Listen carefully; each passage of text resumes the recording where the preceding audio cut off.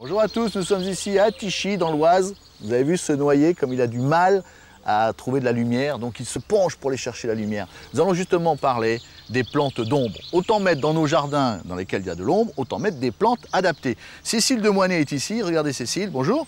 Bonjour Laurent. Cécile, vous avez ici des plantes, mais vraiment d'ombre, hein? D'ombre, totalement d'ombre, aspérule à grandes feuilles. Oui. Il y a aussi des aspérules tapissantes, l'aspérule odorante. Nous avons aussi le brunera ou Myosotis du Caucase. Ah, on l'appelle aussi Myosotis du Caucase. Voilà, qui fleurit bleu.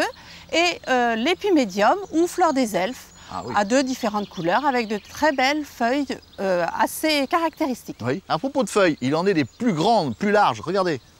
Comme par exemple le Rodgersia pinnata, caractérisé par ses grandes feuilles qui ressemblent au marronnier. C'est vrai, c'est des feuilles de marronnier très jolies, hein. Et il y en a ici aussi qui ressemblent à des marronniers. Il y a aussi le Rodgersia rotlobe, caractérisé par son feuillage hyper coloré au printemps et à l'automne. Oui, un feuille un peu plus découpée. Ce parasol splendide là, Voilà, là c'est un Rodgersia Astilboïde tabularis. ça pousse bien facilement? Ça pousse bien et c'est caractérisé par ses grandes feuilles rondes. Oui, des feuilles rondes, ça aime l'eau et ça aime l'ombre. L'eau et l'ombre, Et tout on n'est à fait. pas privé de la beauté de cette belle plante.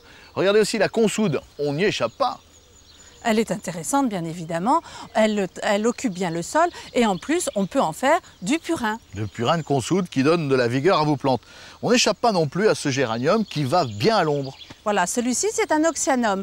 Il monte bien, il n'est pas très florifère, mais il occupe bien une zone d'ombre. Et puis il y a une jolie petite fleur rose-bleue hein, qui est magnifique, regardez. Le petit truc de Cécile maintenant.